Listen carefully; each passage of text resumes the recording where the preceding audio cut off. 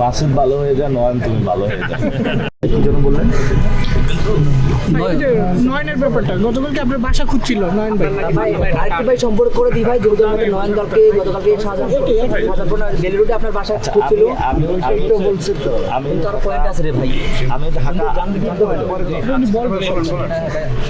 আমি আমার বাসা ঢাকা 8-এর মধ্যে, এবং সেই জায়গাটা হলো মোতালেব প্লাজার পিছনে, কিন্তু আমার ফ্ল্যাট নাম্বার এটা ডিসক্লোজ করতে চাই।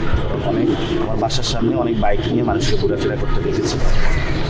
কোন সময় অস্ত্র নিয়ে হাজির হয়, এই জন্য হলো আমার ফ্যামিলির একটা নিরাপত্তার বিষয় আছে।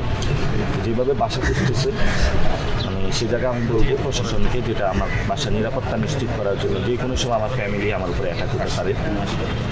এবং নয়নের যে বাসাটা, এটা কিন্তু সার্কিট হাউস রোডে, এবং সেই জায়গায় কীভাবে বাসাটা নিয়েছে, কীভাবে থাকে, এখানে কিন্তু ব্যানজির ছিল না, ওইখানেও তার লিঙ্কিং আছে। কিন্তু আমরা এই নয়নকে নিয়ে এখন আলোচনা করে সমালোচনা করবো না। ওর যা মন চায় ও করুক।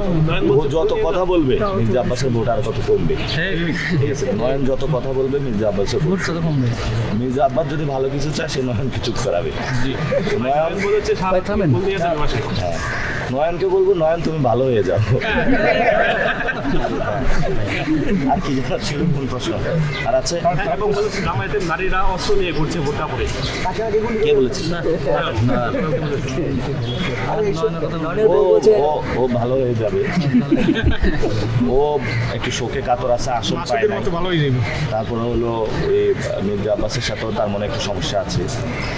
সব কিছু মিলায় ও একটু ডিপ্রেশনে আছে বা হতাশায় আছে। আর ওরা একটু সুযোগ দেন, মাসুদ ভালো হয়ে যা, নয়ন তুমি ভালো হয়ে যা।